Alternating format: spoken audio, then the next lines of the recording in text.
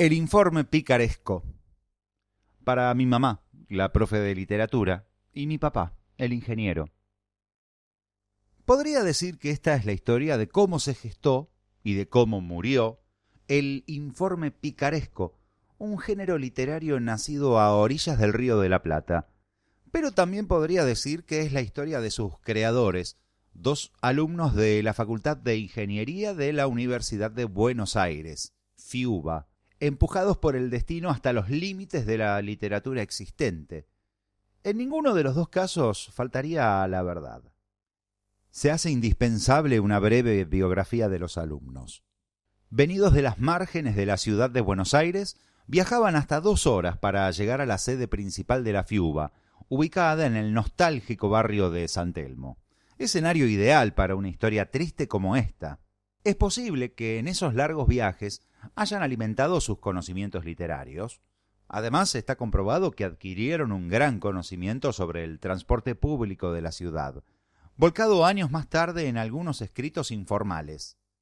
El trato cotidiano con el suburbio los hacía ariscos, flexibles y arrojados. Para ser justo, es necesario reconocer que los alumnos no carecían de aptitudes para la ciencia, sino más bien de interés por desplegarlas. Inclusive, algunos excompañeros los han calificado como bastante buenos. Este comportamiento esquivo no es, sin embargo, incomprensible. Después de todo, una persona no tiene que dedicarse a algo tan solo porque es buena en ello. De hecho, ni siquiera tiene que hacerlo porque lo quiere. Y las razones para ello pueden ser muchas, como el sentido del deber, el placer de la rebeldía o la aversión al aburrimiento. En cualquier caso, estos dos alumnos decidieron innovar en el campo de la ciencia, inyectando una buena cuota de literatura a los precisos, estáticos y aburridos informes científicos. De esta forma, inspirados en la clásica novela picaresca, dieron nacimiento a lo que bautizaron como el informe picaresco. La novela picaresca es un rico género literario desarrollado en la España postmedieval durante el llamado Siglo de Oro. Nació como una sátira de la narrativa caballeresca y de la sociedad que le había dado origen, de los siglos anteriores. El protagonista de este género literario es el pícaro, un personaje de bajo rango social, sin ética ni moral, que busca sobrevivir a cualquier costo. Su historia encierra una crítica a la sociedad que lo rodea y en definitiva lo condena. A la hora de escoger una referencia entre las novelas picarescas, los creadores del género no ocultaban su preferencia por La pícara Justina, por sobre otros títulos más famosos como El Lazarillo de Tormes o La vida del Buscón. ¿Cómo es posible que dos estudiantes de ingeniería estuvieran al tanto de esta información? Permanece como un gran interrogante. Lo más probable es que se haya tratado de alguna de las formas del error, ese acontecimiento tan indeseable como potencialmente enriquecedor. Un análisis lineal podría llevarnos a pensar que estos alumnos deberían haberse inscrito en la Facultad de Letras y no en la de Ingeniería. El argumento se presenta sólido y racional, pero no contempla que la creación artística sigue a veces caminos misteriosos. O no tanto. Lo más probable es que un alumno de letras jamás sepa, por fortuna para él, lo que es un informe científico, y por lo tanto resulta difícil que pueda plantearse una evolución conceptual del mismo. Es casi seguro que el cansancio y el hastío de los alumnos a la hora de realizar los informes científicos fueron los cimientos sobre los cuales se edificó el informe picaresco. Sin embargo, estos argumentos se mostraban insuficientes a la hora de exponer y defender la nueva creación ante las autoridades académicas, momento que tarde o temprano llegaría. Se abocaron entonces a un mayor desarrollo conceptual que justificara el naciente género literario.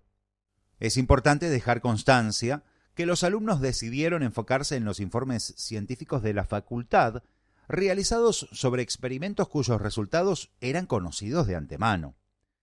A este caso lo llamaron especial y pospusieron el caso que incluía a todos los demás informes científicos, al cual llamaron general. Los informes científicos tradicionales de la facultad razonaron se encontraban condenados a la extinción, por repetir resultados ya conocidos por todos, y era entendible que así fuera. Por lo tanto, dedujeron, era necesario agregarles algún valor adicional y peculiar que les permitiera acogerse al mandato natural por excelencia, la supervivencia. Luego de un extenuante trabajo creativo en la costanera sur rioplatense, los alumnos definieron las características fundamentales de un informe picaresco inspiradas en los lineamientos generales de la novela picaresca. Primero, narrado en primera persona. El autor del experimento y del informe picaresco es el protagonista, quien asume el rol de pícaro. De ahora en más, el informador pícaro.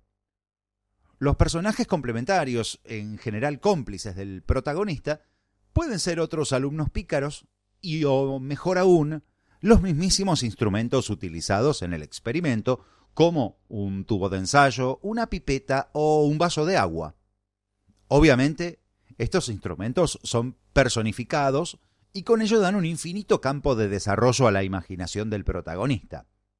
Solo por dar un ejemplo, podría mencionarse que la pipeta Julia, ni lenta ni perezosa, vertió su contenido sobre el temeroso preparado que aún permanecía anónimo.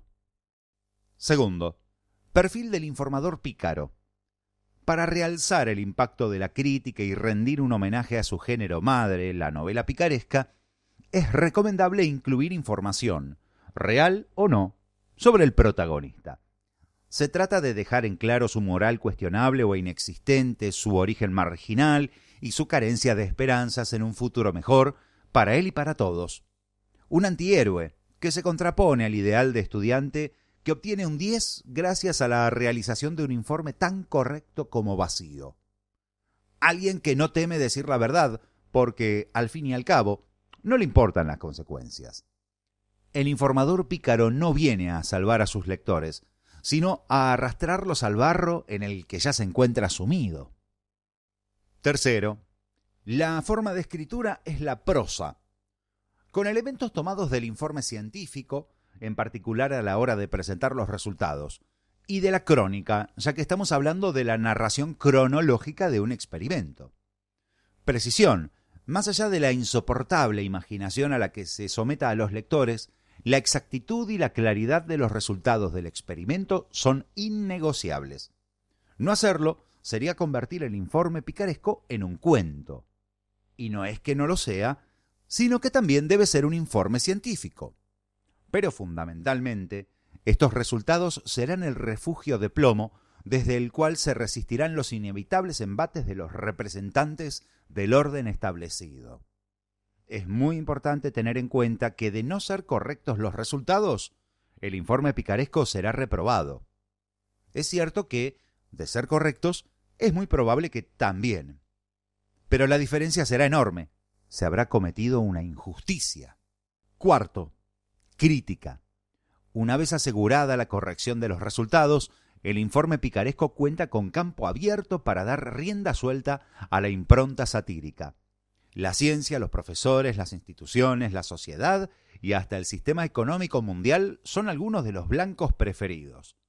La crítica no tiene por qué ser moralizante, así que puede alcanzar a todo y a todos, incluidos el mismo protagonista y sus cómplices.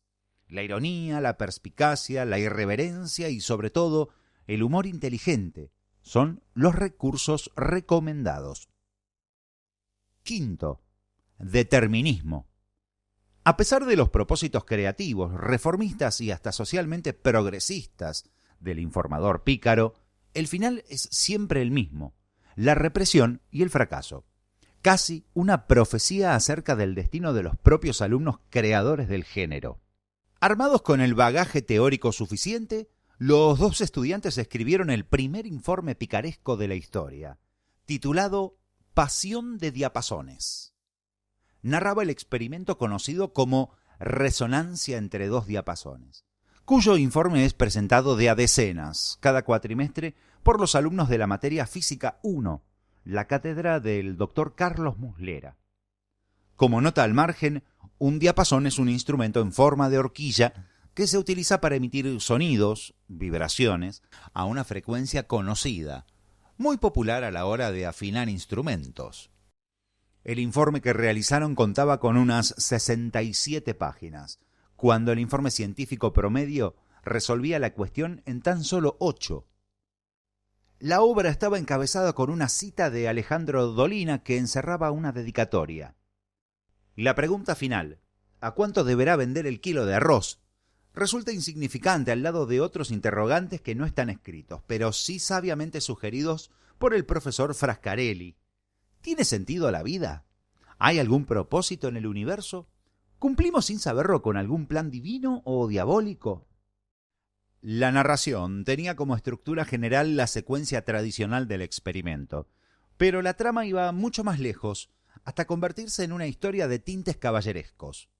En ella los alumnos, es decir, el informador pícaro, se autoincluían bajo la piel de un personaje llamado New, un mero ladronzuelo de minucias, posición desde la cual desarrollaban la narrativa. A su vez, los diapasones adoptaban nombres y personalidades definidas y se convertían en protagonistas de segundo orden.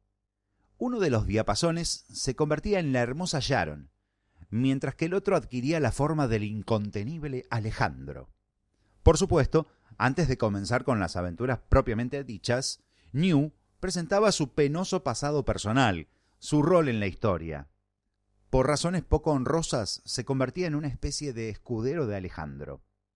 Y su primera serie de críticas a los demás personajes, a la sociedad que lo rodeaba, con claras alusiones a la sociedad actual, y, por simple tradición, al color caballeresco de la propia historia. Terminadas las formalidades del género, la acción y el experimento por fin comenzaba. Sharon resultaba secuestrada por un desagradable dragón de piel mucosa, casualmente llamado como la asistente de trabajos prácticos de la materia, y era llevada al corazón del reino unitario de Muslera. Allí era expuesta a las más terribles torturas, entre las que se destacaba la exposición a horas de incomprensibles demostraciones matemáticas del malvado pero instruido rey Carlos, con el fin de forzarla a revelar los secretos mejor guardados de su propio reino. Por supuesto, Alejandro decidía ir al rescate de su amada, lo cual le exigía superar una innumerable cantidad de obstáculos, el proceso del experimento, documentado en las planillas anexas. En el momento más crítico de la historia, uno de esos obstáculos parecía ser insalvable y ponía a Alejandro de rodillas, al punto de obligarlo a elegir entre abandonar a su amada o entregar su propia vida. El detalle de la escena, un mero paso del experimento, hacía una magistral alusión metafórica a la crisis vocacional que sufren los estudiantes de ingeniería cuando las ciencias duras los desbordan. Nuestro héroe, por supuesto, decidía entregar su propia vida y con ello, en verdad, la salvaba. El final, feliz para ellos, reunía a Alejandro y a Sharon en un amor eterno, una resonancia. New, por el contrario, volvía a su vida de privaciones luego de que, según su punto de vista, sus contribuciones no fueran lo suficientemente reconocidas. Es posible que el valor artístico de la obra no haya sido del todo claro, o quizás lo fuera en exceso, ya que la doctora en física Emma Gasparini, jefa de trabajos prácticos, resumió su apreciación del trabajo como una falta de respeto, una insolencia, una broma de mal gusto. El tono furioso parecía confirmar la inexistencia de metáforas o mensajes entre líneas. Mientras se tomaba la cabeza con una mano y agitaba el informe con la otra, volvió a gritar que nunca había visto algo así. Comentario que los estudiantes recibieron con particular satisfacción, aunque trataron de minimizar lo que consideraban un halago desmedido con un «no es para tanto, no es para tanto». Los alumnos expusieron a la doctora una breve génesis del nuevo género literario y sus fundamentos teóricos, pero ella los miraba atónita. Consternada, se preguntaba en voz alta si todo aquello era verídico o en cambio se trataba de una continuación del descaro. Cercada por los argumentos de los alumnos, decidió dar por cerrada la controversia ordenando a los alumnos rehacer el informe a la manera tradicional, bajo amenaza de reprobar la materia o aplicar sanciones disciplinarias. Tomando en consideración un criterio resultadista, Es posible que los alumnos hayan cometido un error al no adjuntar un anexo que desarrollara el concepto de informe picaresco y diera contexto a la nueva creación. Sin embargo, los autores consideraban que una obra debe imponerse por su propia fuerza, y que, como el humor, el arte no tiene que ser explicado. Acorralados, los alumnos terminaron por ceder traicionándose. Confeccionaron un informe gris, abandonaron sus ambiciones creativas y siguieron el camino que la obtención de títulos demandaba. Uno de ellos obtuvo con posterioridad una buena posición en Alemania. Del otro se perdió el rastro, aunque algunos lo describen perdiendo el tiempo en el primer o segundo cordón del conurbano bonaerense. Los hombres pasan, pero las buenas ideas siempre encuentran, tarde o temprano, un espíritu libre que insiste en sacarlas a la luz.